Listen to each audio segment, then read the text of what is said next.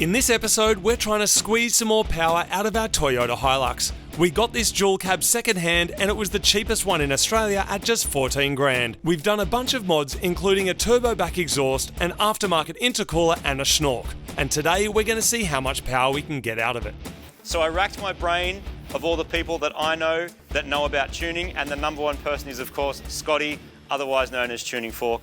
Lovely to see you, my friend. Welcome back. You know about diesels. I love diesels. I know you love diesels. Yeah. We always talk about them because you drive a diesel ute. So my work obviously is in petrol stuff. Yeah. My passion and my hobby is in tuning diesel stuff. Every weekend you're in your diesel ute towing something. I love driving. it. That's where it all started. Yeah. We're towing a massive caravan and thought, hang on, this can't be all it is. What's going, like it doesn't make sense. Yeah. So I started working on some software platforms for my Isuzu. Yeah. Bit by bit, unlocking the power and getting the thing. I'm not turning into a race car. That's not what it's about. No.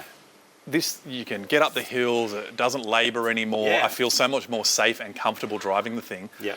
And I thought, hang on, so I've sort of developed it for most platforms and it's fantastic. So I've driven most of those platforms. So I've driven the Isuzu, the Navara, this thing, a good spectrum of them.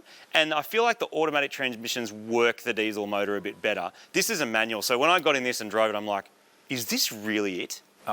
And then when I spoke to you, you're like, oh no, like there's scope in these. So what is the scope in our particular Hilux and what is it that you would do with it? So my rule of thumb is sort of, once you tune these things, we're looking at to pick up about 80 to 100 newton meters of torque. Which is significant. The wheels. Isn't that like half a Civic? It's a big deal, yeah. Huge, so about 20, 30 kilowatts. So we have to reprogram our brains because when we talk about this, like 20 kilowatts, in a 400 kilowatt GTR or something, it's very dip. But in something like this that makes 80, 90, 100 kilowatts at the wheels. Right.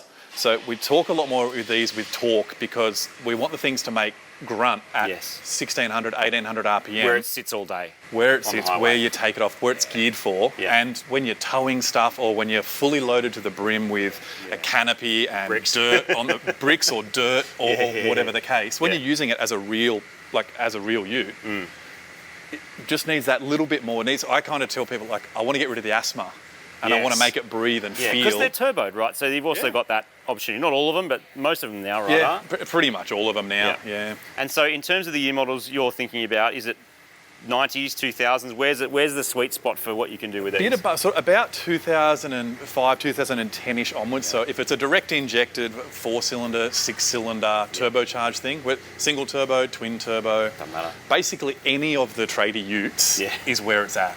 It's worth noting in Australia, these are like the most popular vehicle. So they're everywhere. Hilux, D-Max, so Isuzu, D-Max, Nissan Navara, Ford Ranger. Oh, of course. B250, which was a Ranger, and now it's it's a D-Max again. So everyone's adapted D-Max. And just fantastic. Change it. Yeah. So the process with these, it's usually flash tuning. It is. So it involves using a factory ECU. Is that correct? That's right. So there's no wiring. So everything's done through either the OBD port, which is general flash tuning, or in some cases we have to pull the factory computer out and either bench, which means we put wires to all the pins on it to be able to get the maps in and out. Or in very rare cases, physically open the unit and put little probes on all the microprocessors in there to get the data in and out of it. Last question, will our mods help? Because we've done a full 3-inch exhaust, we've done an intercooler, we've obviously fixed gearbox and fixed other broken things, but it's a high K car. But does any of that actually help when you come to flash it? Thinking about the power level that it's making, so contrary to popular, a lot of the things don't make much of a difference. Intercooling to get cooler air after a long pull consistently does make consistency spot on, makes a difference. Because we're only talking these things where a big power thing might make, let's say, 150 kilowatts and 550 newton meters, something like that. It's not a huge amount of exhaust flow, and they've often got 2 or 2.5 inch exhausts anyway. So a lot of the time we do the exhaust systems for the noise, which they sound good. They do. This actually sounds better than I thought it would for a 4-cylinder thing. And sometimes for a model like this, it could be as simple as the exhaust has simply rusted and worn out and it needs a replacement exhaust. Yeah, exactly. Mufflers aren't doing anything anyway, and they're reasonably inexpensive. So if you start to push the power levels, yes, that might make a difference, but for sure, do it if you want to do it. If you're leaving a factory turbocharger on it, it's probably no massive need. Intercooling, absolutely. Yeah, sure. On a different part of that, less to do with the tuning bit. If it's an automatic, fitting an auto trans cooler, and especially if you're doing a bunch of towing, pretty important because they work hard and they get hot. So whatever you can do to keep the temperature consistent is a good thing. So you're going to plug in, pull a map out of it, adjust that map and reload? That's right. That's how it works? Yep, exactly right. Cool. So we use a bunch of software on the laptop to get the data in and out. Yep. That's the first trick. And then the second trick is when the data's out, opening it, looking into the matrix, which is all just a bunch of numbers, finding all of our tables, finding our things like our injection quantity, like how much fuel we're putting in per stroke. Yep. We're looking at things like the start of injection or what we know as ignition timing. Okay. Things like all of our torque, limiters, things like our boost pressure tables. Yep. The biggest thing that we're going to see on this that I'd love to talk to you about is the air-fuel ratio stuff. Okay. A petrol engine compared to a diesel engine or a spark ignition compared to a compression ignition engine, they're different animals. Totally. So in all the cars that we've normally talked about, you've got a throttle body, you open and close that changes the amount of air that can go in the engine. When the air goes in, we're normally mixing the fuel with that. Yep. And the richer we go, the safer we are, the leaner we go, the more dangerous we are. When we go to a compression ignition thing like this, there is no throttle body, or within reason, there's no throttle body to meet it. It's got unlimited airflow, and we're putting in fuel in order to make the power. The more fuel we put in, the more power we make, and the more dangerous it gets. So the richer we go, the more dangerous it is. Yeah, right. It's a complete flip. So you have to get your head around it. It is different. So that's why a lot of people come unstuck because we're sort of targeting these particular numbers in our head for air-fuel ratios, but you have to understand how things work before you start delving into it. Because of the consistency of how these things are made, my understanding is you don't really need a dyno for basic stuff. If you were testing or developing, you absolutely would. We brought it today on a dyno so we can see what it makes stock. I'm really interested to see what it makes first. Because we can. So we can wind it up now and just see where it is at the factory? Yep, so we'll give it a pull now. Yep. Like you said, to do what we call like a stage 1 tune where it's a known tune, we know we've done the development on the car, we know exactly what's going on. There's less need for a dyno. As soon as we're putting intercoolers and turbo swaps, big turbo swaps and big setups on it, that's where we'd look and say, that's probably a good idea. All right, well, let's see what it makes stock. I'm very curious. What's the number? What are we on for? Well, based on what you said before, I'm going to go it doesn't even make 100 kilowatts. Do you reckon it will? If it does, it's impressive. I reckon it's going to make like 89. And torque, I actually don't know. That's what I'm interested to see. Let's have a look and start. First thing we're going to do is bring it up. Okay, you ready? Coming on. Starting at 1500, full throttle, let it rip.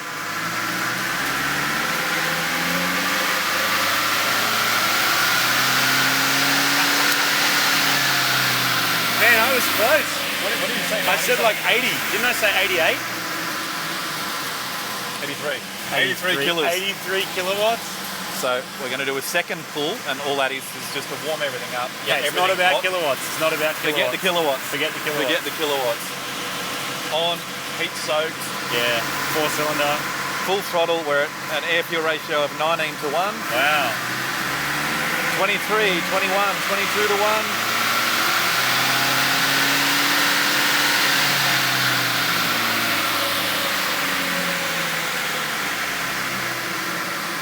She's a nugget because down low, there's nothing going on. Nothing going on. Like this one's a little bit funny because yes, the number looks 88. It's not horrific, but it's making it at 4,000 RPM. Like, when was the last time you revved this thing to 4 grand? Like, not often. You feel guilty on the road, you know. Yeah. So, if we look along here, what we can see is that about, let's say 2,500 RPM, because that's a fairly realistic value. Yeah. At 2,500 RPM, we've got 63, 65 kilowatts. Yeah. And we've got 270 newton meters of torque at the wheels. We've got an air-fuel ratio of about 22, 23 to 1. Yep. So comparatively in a petrol engine, you're not even running, that's not enough for combustion. And we've got a boost pressure of about 13 or 14 pounds up to about 15 or 16 pounds. Is that what you'd expect? Yeah, that's about right. Okay. Yeah. Fairly uninspiring. So now what we've done is, I've got that software out, so now what I've done is I've pulled the software out of the ECU. This is the time-consuming part. Yeah, sure. Where we'll use a different parent software and go through and open that matrix, have a look through at all of our tuning tables, go through bit by bit, figure out what's going on, and we'll go through and we'll start adding more fuel to it. Yep. We'll look at all of our limiters and all of our torque limiters to make sure that we bump all of those up. Just like tuning a petrol car, you have to do this safely as well, remembering that we want the thing to go forever. Yeah. And you can break it, right? Absolutely. Yep. Just like a petrol car, it's exactly the same thing. Sure. So typically the biggest problems that I have with diesel stuff are clutches, to be honest. Oh, right. Yep. Brand new clutch. We did a upgraded one, single mash conversion, heaviest duty we could get, basically. On short notice. So is that a challenge? Oh, no, yeah. Oh, brilliant. Let's get editing. Get some dive into the Matrix. Yeah. You weren't kidding about the Matrix, dude. That's literally green lines like the Matrix. You can. I know you can change the layouts, but I like the green one because I think it's funny. It's full Matrix style. It's good for your eyes to look at it like this. So if you can see your scrolly bar down the bottom, probably similar to your video editing software, what it's showing is changes in the data along the bottom and then a bunch of nothing. So if I just scroll along just to show you what's going on. Oh, what's going on? Lots are going on. A whole bunch of nothingness. So I see. All this nothingness of that amount of data. This is an older style car, so it's got a 360k file in it. All of this is all operating system. But if I come across here and just start to randomly look at something and go, you can identify, you can start to see things here and go, hang on a second, what's going on? So you can, the value of this and the time that I've spent doing this is I can scroll through and identify a table. So I can look at this table, for example, and say, okay, that's a boost control target table. Yeah. Because humans are good at identifying patterns anyway, right? So there's that. But this is also worth noting that this is custom diesel tuning. This isn't just like, I downloaded a map from someone, which works for some, but you're actually grabbing the map from this car and editing the map from this car, adjusting it and putting it back in. That's right. So this is the idea. There are overseas platforms and there's things that you can use to do it. Yeah, or dongles you can buy and stuff. You don't have control over it. So when something does happen or you can't make the most of each car. Or a custom setup for your car. Because we do have an exhaust and do have a cooler, potentially there's stuff that we can improve on that you may not be able to with a stock one. Yep, exactly right. Yeah. So we can cruise through and find so many different tables. So using this WinOLS software. Yeah. I've gone through with this particular file and set up what we call a map pack. So instead of having all the raw data that you just don't really know what's going on, I've identified all of the patterns. I know the shapes. I know how big the tables are. Yep. Then I can label those tables. So then I can just go through and say, okay, let's have a look at our fuel limiter table, for example. Oh, right. So you can kind of start to manipulate the factory computer into a programmable, not live. There's no live tuning as such, so you need to make a change, write it in, test it. Are we looking at RPM? Yeah, so we're looking at RPM and fuel load in this one, for example. And why is there 5 lines of it stacked vertically? The way that OLS represents everything, I'm sure that you can edit it and you can adjust your axes and you can put multipliers on everything. Yeah. But because so many software versions change so much, it's rare for somebody to go through and put that amount of effort into defining each individual software package. Yeah. The diesel, like we were talking about with compression ignition, it doesn't have a spark plug. Yeah. The piston comes up and compresses a mixture and it fires. Yeah. So we need to put that injection or that fuel event into the engine at the right time to compress it. If we put it in too early, it's advanced and that's no good. If we put it in too late, it's not making enough power. Sure. On a petrol engine, we've got an ignition timing range of, let's say, 0 to 40 degrees, something like that. Diesels are a lot narrower, marginally speaking, so we might have plus or minus 5 degrees of small window of injection angle available. Yeah. So sort of cruising down the freeway, you'll typically be injecting at 0. Yep. When we talk about fuel pressure a lot with diesels, I know pump upgrades are a thing as well. Like and I understand also they can be quite expensive. They're very high pressure. What are you manipulating and what does it change to control that pump to tell it to put more fuel in? So there's 2 different ways to do that. There's either fuel rail pressure, which I typically don't do a lot. The more rail pressure you put in, the better atomization you get. So there are power increases. Is that like an adjustable fuel reg that you can adjust electronically, kind of? Yeah, think about think about it like that. You'll get less soot, like less smoke if you have higher pressures. Some so there's a want thing. Smoke, don't they? They do. Yep. But there's also the argument that it puts more load on the injectors and the pump. Yeah, and soot hurts your foot. Soot hurts your foot. Is that the same? Have I got that saying right? Anyway, I thought there was a different one. Yeah. So what we do is you can bump up the fuel pressure a little bit, which we used to do with mechanical chips. Again, you don't have control over it. That's probably not a good idea. Yep. Whereas instead of doing that, just like on a petrol engine, to get more fuel into it, we lengthen the pulse width. Ah. So we simply Open the injector longer and allow more fuel to go in. Cool.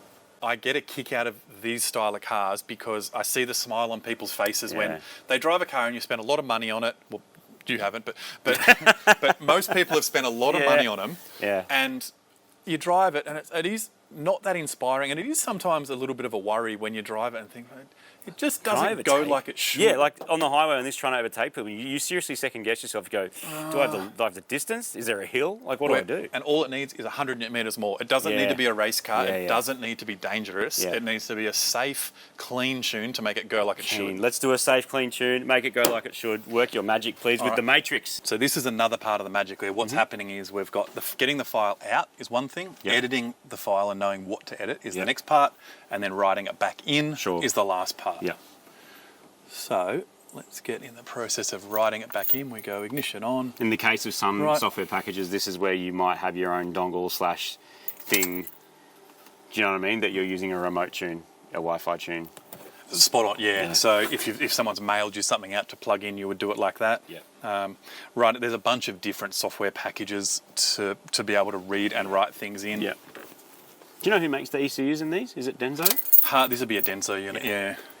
So this is one of the differences between real-time tuning and reflashing. So it takes time to write. Yeah. If you make an error, try and start it, it has a problem, or it didn't make the power you wanted, we'll go through, write again. And so what's live tuning with diesels, is that a thing? It's not a thing. No, it's I'm sure that there's some very, very smart people somewhere who have adapted something. Not that I know of. And how necessary is that? Do you miss it, or you think it's not really? It would always be better to be live tuning because you can make a change and instantly see that torque change. So I believe that you would get a better tune. Yeah, sure. However, it's simply not. If it's not possible, what you do need to do is have a sound understanding of the Win OLS software to be able to make all those adjustments. It also makes sense that if a manufacturer, like, why would Denso or Toyota ask Denso to make something that can be live tuned? Like, why? They don't need to. It's like they flash in, they go, this is your tune for this car, done. Every time we're writing and reading files out of factory cars, I'm always just a little bit humbled and a little bit impressed that cool, it's possible to do it. It's incredible. Cool. It's not terrible. All right, so what I've done now, so we're just going to creep up on it and see. So I've got kind of what I'm going to call a stage 1, which is going to be our towing sort of setup, and then our stage 1.5 in case we want to start measuring the numbers and and give it hell. Sounds great. All right. Well, we give it another run. We give it a run. Here we go. I'm going to guess 105 kilowatts and 320 Newton meters. I have no idea. Absolutely no idea. But I'm interested to see what happens. Same test, coming up, full throttle, let it rip. Yep, let's go. Oh, nice.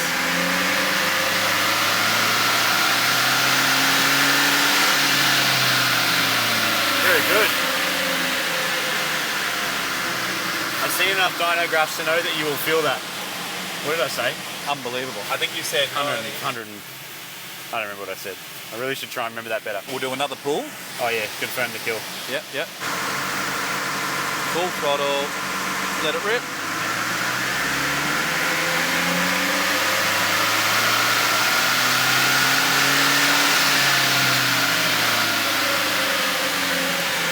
Perfect. Mixtures are nice and flat. That's a pretty significant bump, isn't it? It's an absolute, massive improvement straight away. Oh wow, look at the torque.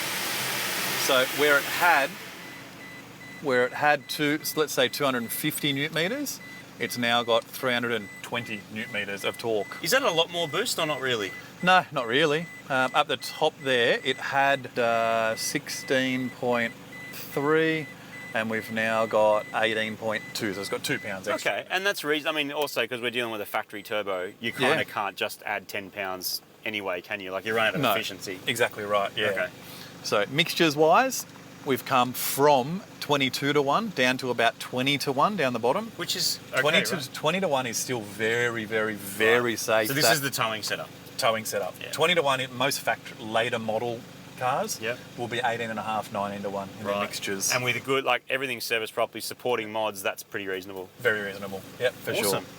So something like that is, the asthma's gone. That's it. This thing will drive on the road and you'll go, oh yeah, that's what it's supposed to drive like. And it still idles and does everything it normally does, transfer cases, everything. Everything's exactly the same. Cool. Some models of cars have got stuff like VWs have got like a torque limiter in reverse. Yeah, okay. So when you go to tow your caravan up a hill or something like that, it's a disaster. So things like that, we can lift those torque limiters so that you can use the car like you're supposed to.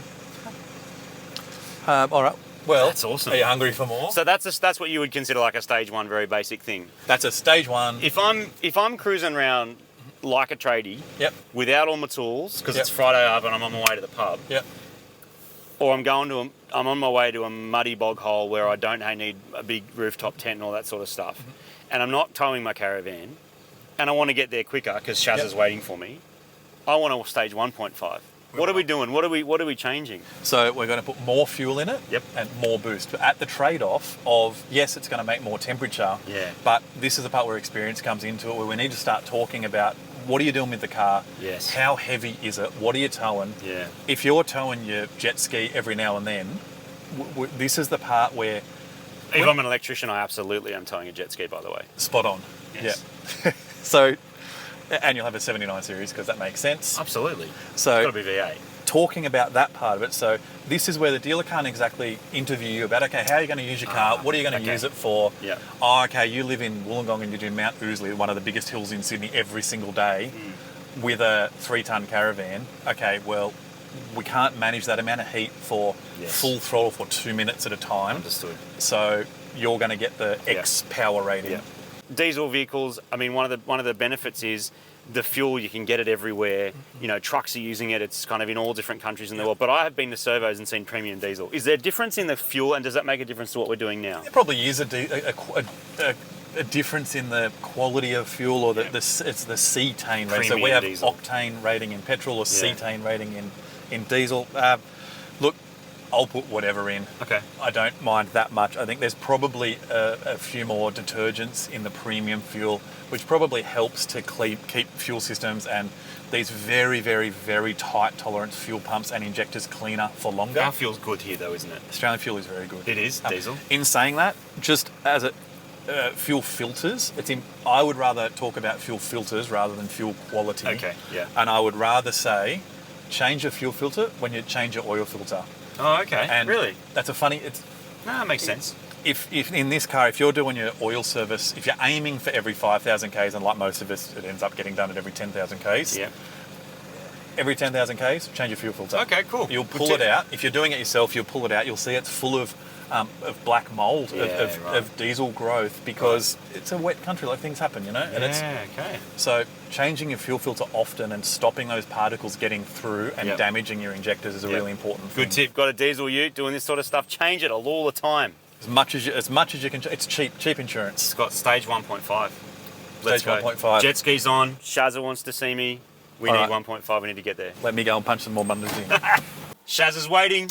All right, let's go. She starts. It's always a good sign. Same. Everything should be exactly the same. Yeah. That's cool. All that cruise control, you don't have it, but all the cruise control, all the aircon, all the everything, just the same. Exactly the same. And so the limiting on diesels, what I'm starting to understand is the limiting on diesels that the factory issue does is pretty good. Excellent, yep. So that's a nice little safety net for when we're sort of like tweaking the car to do what we want to do. Those limiters should hold it back in case shit goes wrong. Everything is profiled really well. Okay. So all of the torque limiting, all of the temperature control stuff is brilliant. Right. So we're unwrapping our banana, but there's still a safety banana there in case you need it. Yeah. All right. What is it making this time? It's going to crack 100 this time. It's going to go to 106. For an old girl. 389 Newton meters. 391,000 kilometres ago. This should have got done then. So they had that fun. 106,385. 106,385. Here we go. All right. White band's warmed up. Stepping into it. Full throttle. Let it rip.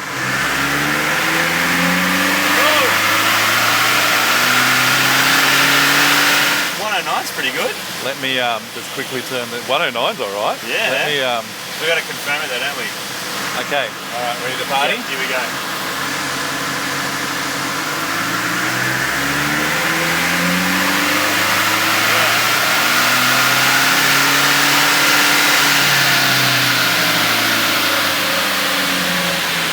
See up the top there, the lean out there? Yeah. The lean out is the rev limiter working. Oh, right. On a petrol car, you look at that and go, oh no, that's... Yeah. But on this, that perfect diagonal line is showing that we're cutting the fuel in order to roll the torque over and rev limit the engine. Yep. Excellent. That's solid, man. 144 horsepower, 107 kilowatts. Bit of an improvement. It's coming on pretty well. Yeah. So, depending on which style we're looking for, like what we want to do, whether we want to be towing a caravan all the time, we can sort of see over here that we'll knock off all of the lower ones just to get a bit of an idea. So we've gone from 260 newton meters to 320 to 370. Wow. Boost pressures are all, give or take, all pretty similar. So turbo's happy where it is. Turbo's happy where it is. The difference is in the air fuel ratios, where we've gone from 22 to 19.5 to 16.5 to 1. And 16's keen, 19's about like... Yep, 19's where it is a real nice, good Awesome. all-rounder, and 22 is asthmatic. Brilliant. Mate, what more is there to do? We should test drive it, I guess. Hang on a sec, wait. You mentioned before, I heard you say trucks and farm equipment. Are you telling me that we could potentially reflash my excavator? What type of, you got a diesel Like excavator? a Kubota diesel 3-cylinder? 100%. So things like that, things like farm equipment that you do, like if you're run out on the farm and you might be doing, say, 16, 17 k's an hour. On your tractor? Yeah. Yeah. Like if you're trying to cut all your wheat in X amount of time and you've got a deadline, getting that from 16 k's to 17 or 18 kilometres an hour is a big deal. It is. Absolutely. And you can do that same thing farm equipment? 100%. Yep. You can pick up fuel economy. So typically as you're making more power, you're also getting better fuel economy. Yeah. It sounds interesting because we're putting more fuel in. I was going to ask that because our ratio is changing. Yeah. Sounds counterintuitive, right? Yeah. So we're putting more fuel in, but we're making more power. Because we're making more power, we don't rev the engine as hard anymore. So we're doing less revolutions. Okay. Yeah. So typically, after we've picked up this power, I'd expect you to kind of report maybe half a litre to a litre per 100 better fuel economy. Wow, and more power. And more power. Trucks? If you're running a massive truck across the country, something like that, you can expect to get fuel savings and pick up power so that you can haul bigger stuff. So everyone's flashing these things, aren't they? Pretty common thing. Yeah, it's like, I see it everywhere, but I never had a proper understanding of it. That is awesome. I think all that's left to do is take it around the block and see how it goes. Let's take it for a blast and see. It'll be nice for you to see the real world change where you drive it and think, you know what? I will actually drive this car tomorrow. Like, I'm enthused. 3 seats. Shazza, Stacey, and Johnny as well. And Johnny's even brought his hat, everyone. I don't know why that's there, but okay. Let's go. Oh, yeah? There it is. Dude, that's awesome. It's exactly what you say. It feels like a car is supposed to. Like, it feels like it actually wants to go. So you've unblocked everything, cleaned it all. My cover's flapping. My ute cover. We're going so fast that the cover's flapping now. At least I've got one, because most people don't even bother. Oh, yeah, mad. That's heaps better. It actually feels like a newer ute now. Yeah. You know, it feels like not like so old and slow. Just cruises nice. Feels like I need less throttle. Do you think that's true? Definitely, because you've got, so now, and you'll notice as well that limpness. So we're coming up to intersection here. Yeah. If you stop and then try and take off, you know, you used to have to judge it, whereas now you just drive it and you know the power's going to be there. It doesn't get that dead spot. Yeah, dude, far out. That's a huge difference. It's never felt like it wanted to break traction ever. Yeah. And that was like borderline. You just fixed our ute, man. It's never going to be a race car. No. But it's a 390,000 kilometre N70 Hilux that now drives. You put a new lease of life and you can use it for another 100,000 Ks. You can pass it to the next tradesman or to your apprentice or to whatever. You can keep up with traffic. Yeah. You can put 5 people in it and not feel like, oh, that extra 200 and something kilos has like slowed you down. Yeah. Beautiful. That's pretty cool, man. Cool. Fixed. Good job. Thanks, bro.